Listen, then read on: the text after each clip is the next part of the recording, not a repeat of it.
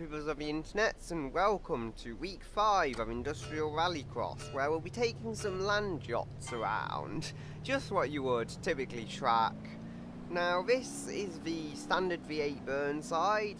It's got the standard engine and a manual transmission, I believe a 4-speed, since it's usually more competitive than the automatics, and it was available, so I decided I would use the manual.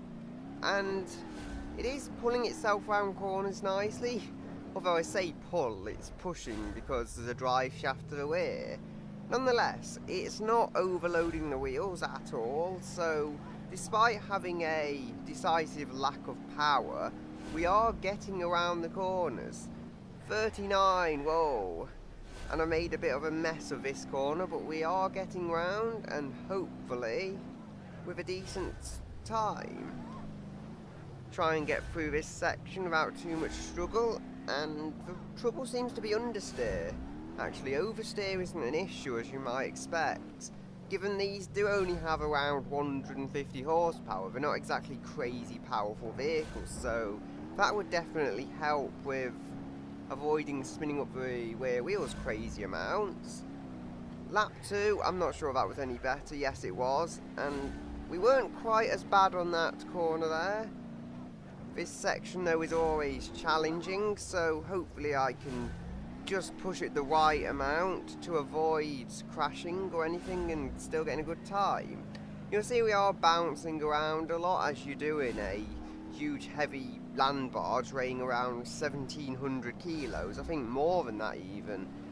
And we're just going to floor it here and hope for a good time. 34 seconds. Not as quick as modern performance cars, but for a car of its era, not too bad.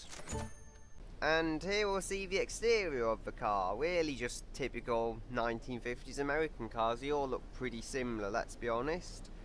And I would have liked to see bigger windows, but yeah, how big can you get your windows? It's just I'm pretty sure later cars from the late 50s did have slightly less pillar, slightly more window, which is always nice. We have bench seats as well, which are always good. And the vehicle held itself together surprisingly well despite the bounce, much like the ETK S Series Security as a matter of fact. And here we have a Ford LTD from 1973. It has a lot of wood on the interior, although I would like to see a lot more chrome. I'm disappointed in that respect. Still, I'm hoping for a good time out of this thing. They are very stable and I've understeered, but they can get understeered, that has to be said. They aren't quite as smooth through here as the Burnside. It has more power, that has to be said, and there's my hubcap flying off. And the extra power is just about manageable. It's not gone crazy with power, but you do have to be aware of that. You do have to understand you've got extra power to deal with. And we're going across the line here. Hopefully we can be good into here, unlike with the Burnside on the second lap, and I've understeered off in a different way. Similar to the first lap with this car actually. And almost completely messed up here. This might be a really good lap though. It feels horrible and it feels like I'm sliding all over the place. But I am getting it round without really colliding with anything, so I guess we'll have to wait and see and floor it through here, as that's the best solution at the moment. Second lap was good, about the same time as the Burnside. This does have the power, and I felt better through there, but maybe it wasn't.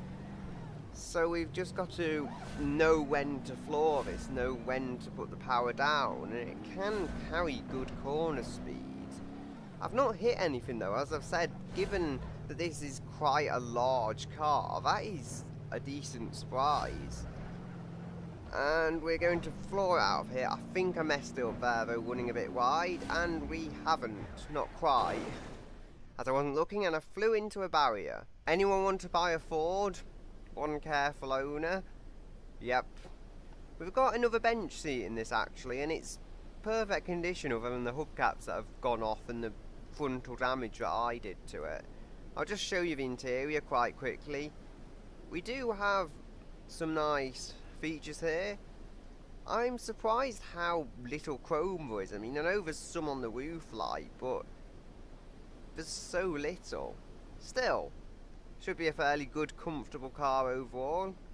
Just if only we had a better airbag, if an airbag at all. And here we have the old full-size V8 base. So it's simply a V8 old full-size without any modifications on it. I decided this would be appropriate because that's what I'm going with here. Really stock vehicles that aren't anything too crazy. No special track editions, for example, or it gets sports suspension and it loses its barginess. This is a lot like the Ford LTD, only it actually seems to be on the oversteery side of things instead of the understeery side. Mind, it is pulling itself round, I say, as I'm just crashing it. I will get it round though, which is a bit of a problem when I've just spun it. I can't really drive, but I will do it anyway. Now it does have very good brakes actually. I just have to try and balance the steering and somewhat the acceleration to try and keep it going. I've completely messed up that corner now. Third lap I will do a good lap. If I don't, I'm deemed to fail with this car. It just builds up your trust and then it slides at that moment when you trust the car. I can get through here though and get a good one onto a third lap. Oof. I think I just got my bodywork there, but it did not feel good.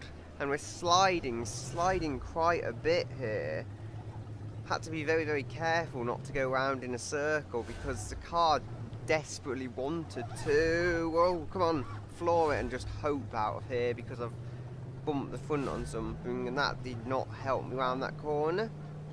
Now, floor it here again. Flooring it seems to be the only solution. Flooring it or lifting off because it's such a temperamental powertrain. Still 35 seconds, slower than the other cars, but it's slightly less manageable, so that's to be expected. And I have actually managed to put my car into a ditch. I've not smashed it up as much as some other cars. You'll see I can back it out and it'll still drive, but slightly less than the ideal situation to have your beautiful Oldsmobile in. The interior is very nice, I think. No bench seat though here. We do have a lot of wood and a lot of chrome, which is very stylish to me. And we have brown seats, yay, lovely.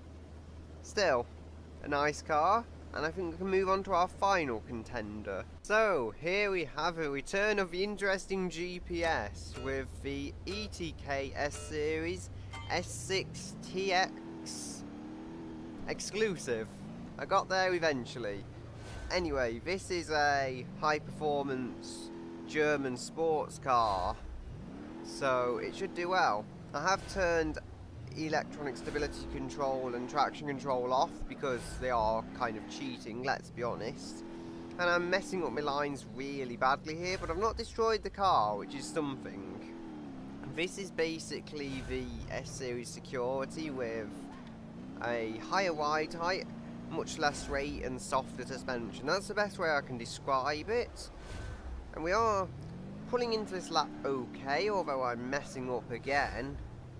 Hopefully I won't completely throw the lap away. And I got a good run through here. Oh, almost rolled it on the curb. It's not often you roll a ETK luxury car over a curb.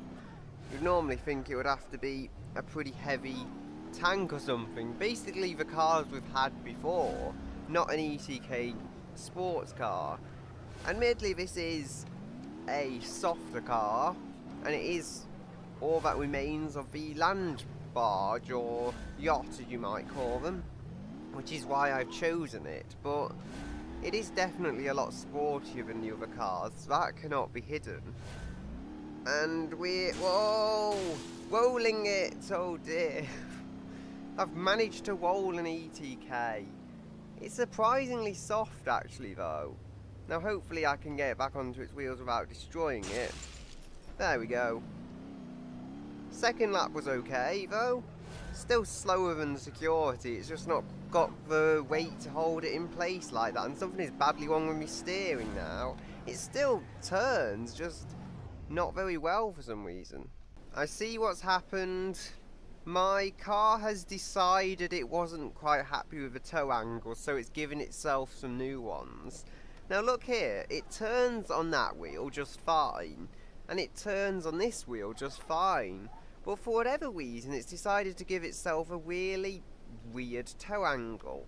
Really drastic. I don't see how that could be beneficial to performance, honestly. On the rear, everything is fine, but that is odd. I don't think I've seen that before, though, where it's just functioning perfectly, but it's giving itself some new alignment. The interior on this is very typical for a modern car. I prefer the older interiors, they have a lot more wood on it, but for what it is, it's exactly as you would expect it to be, really. I can't elaborate on it too much. Anyway, that's been it for today, so we can limp this car back to the start line somehow. You'll see the toe really does awkwardify the handling, and I'll say goodbye until another day.